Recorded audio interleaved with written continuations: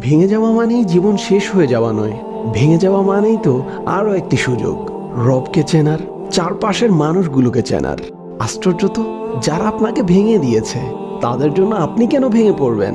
ঘুরে দাঁড়ান, নিজেকে এমন এক পর্যায়ে নিয়ে যান যেন এই ঘুরে দাঁড়ানোটাই তাদের জন্য দাঁত ভাঙা জবাব হিসেবে দাঁড়িয়ে যায়।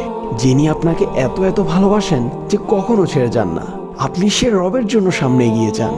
চলার পথে যদি হোঁচট খেয়ে পড়ে যান তাহলে কোনো দ্বিধা না করে সাথে সাথে উঠে দাঁড়িয়ে যান।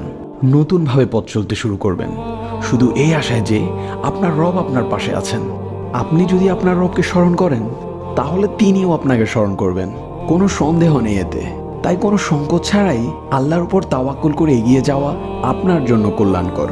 ভাঙা হৃদয়কে জোড়া লাগানোর জন্য আল্লাহই যথেষ্ট। যে আল্লাহর উপর ভরসা করে তার জন্য আল্লাহই যথেষ্ট। হে আমার রব, আমার এই ভাঙা হৃদয়টি সবসময় আপনাকেই খুঁজে বেড়ায়। আমার হৃদয়টি ভেঙে যায়, আমি ভাঙা টুকরোগুলো নিয়ে তাকিয়ে থাকি ওই দূর আকাশের দিকে, শুধু আপনার দয়ার আশায়। কারণ আমি জানি আমার রব আমাকে কখনো নিরাশ করবেন না। আল্লাহ আমাদের সকলকে রবের ফায়সালার উপর সন্তুষ্ট থাকার তৌফিক দান করুন, আমিন।